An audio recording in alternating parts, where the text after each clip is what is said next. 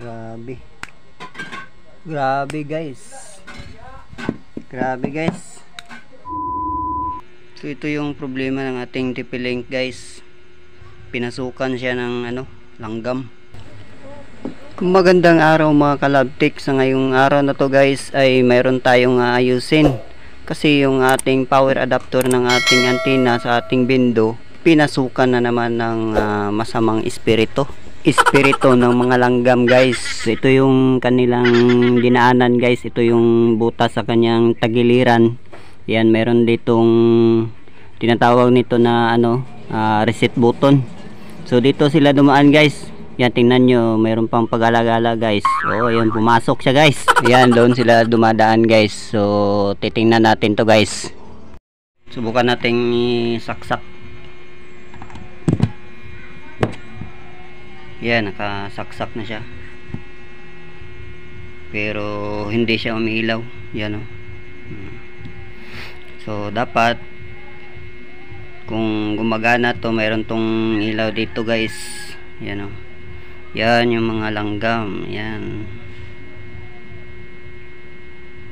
Buti na lang mayroon tayong isa pang adapter. So yun yung pinalit natin. So ito yung hindi na gumagana. Ito yung ayusin natin mamaya guys.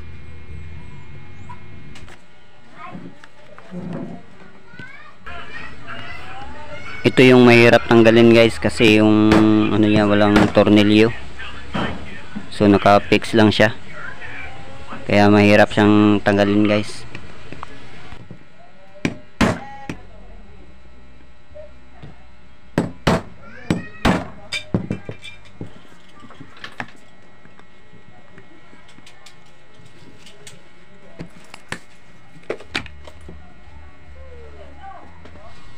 Grabe. Grabe guys. Grabe guys. Ayan guys, grabe yung ginawa ng mga langgam guys. Matagal na sigurong namahay dito yung mga langgam. Kaya ganito kadami yung kanilang nagawang bahay. Ayan, may napapansin kayo, mayroong sunog dyan sa bandang likuran. Ayan. Ito yung dahilan na sumabog yung kanyang pisa guys. Yan, napakadaming bahay ng mga langgam na to guys. Nag-ground yung niya, pisa, kaya pumutok. Yan. Dito dumaan yung mga langgam guys, dito sa kanyang reset button. So mayroong butas dito. Dito dumaan yung mga langgam.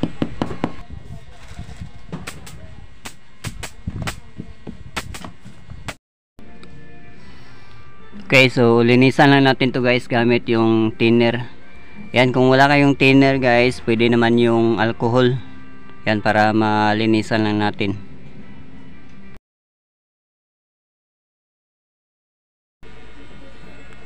Okay, ito yung nakita nating may sumabog dito banda guys.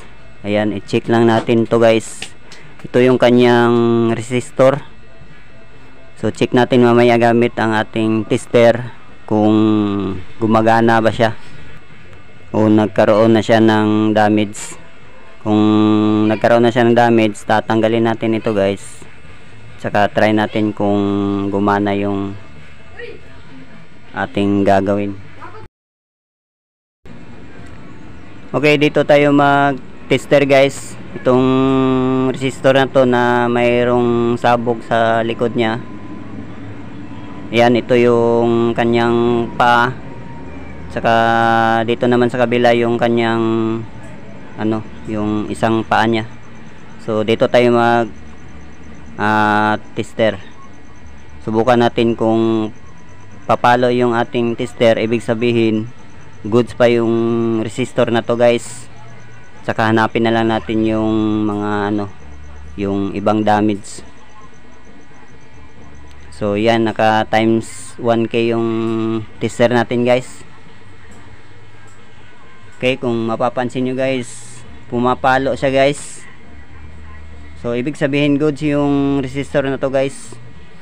So hanapin natin yung niya, yung nasirang niya, pisa. So try natin itong isang resistor guys. So bali naka ano siya, 10 ohms saka 2 watts. So bali ito yung kanyang parang fuse niya guys.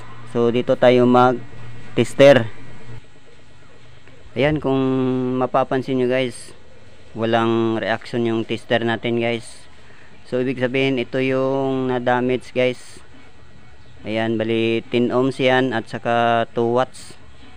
So ito yung kanyang parang fuse nya guys. So ito talaga yung nadali. So ito yung sumabog guys. Tatanggalin natin to guys at palitan natin ng bago.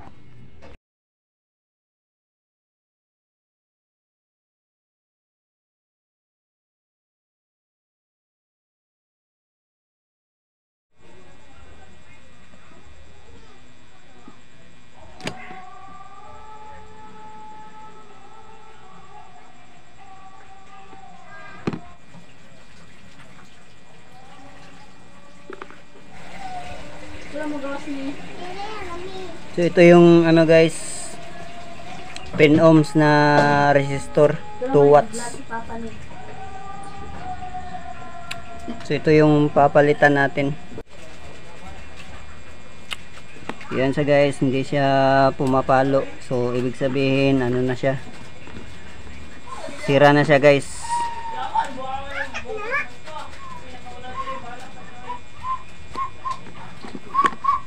So ito yung papalitan natin guys. Nakabili na tayo ng ano guys, ito yung resistor ng ano. Yan. So medyo malaki siya guys. Pero pareha lang sila ng value. 10 ohm tsaka 2 watts. So kaparehas lang siya nito.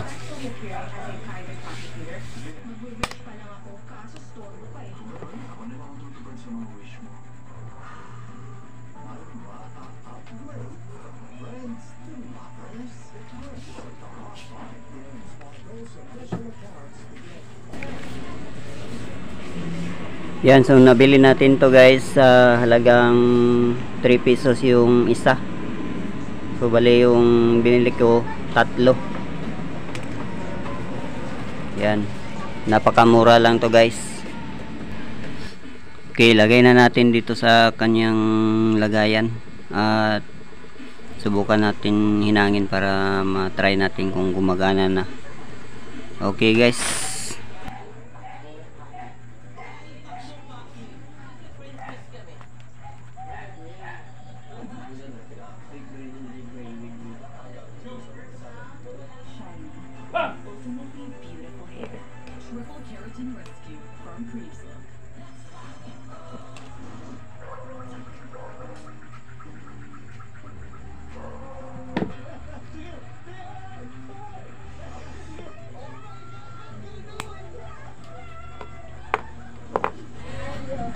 Subukan natin tong buhayin guys.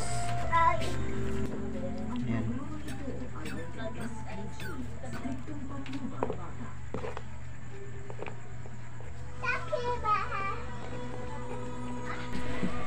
Ayan, so matapos na nating nalagay yung kanyang resistor guys. So subukan nating buhayin kung mayroon na siyang power guys.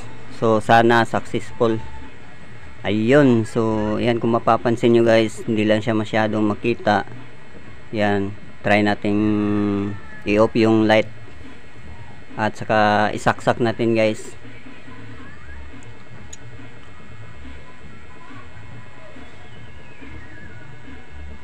Ayun, gumana na siya guys. Yan, mayroon na siyang ilaw guys. So ibig sabihin functional na yung kanyang yung ating adapter. Yun. Okay, so napakadali lang ayusin guys. So ganyan lang mag-ayos guys kapag sumabog yung kanyang fuse. Palitan na natin.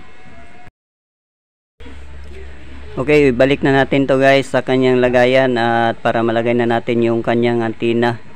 para malaman natin kung okay yung supply ng adapter natin sa ating antenna. Yan, sa ating mga bindo to guys. Yan, so kung nagustuhan nyo yung video na to guys, please like and subscribe, at saka papalo na rin ng aking Facebook page, Ron Loves Tech PH. Yan, marami tayong mga video doon at mga tutorial, so na makakatulong sa ating pang araw-araw na guys, mga gawain. Okay, so hopefully nakatulong yung video na to guys. Yan, kung mayroon kayong mga katanungan guys, please comment down below na lang at handa tayong sagutin yan sa abot ng ating makakaya. Okay, yun lang po, at saka maraming salamat sa panonood guys. See you on my next video.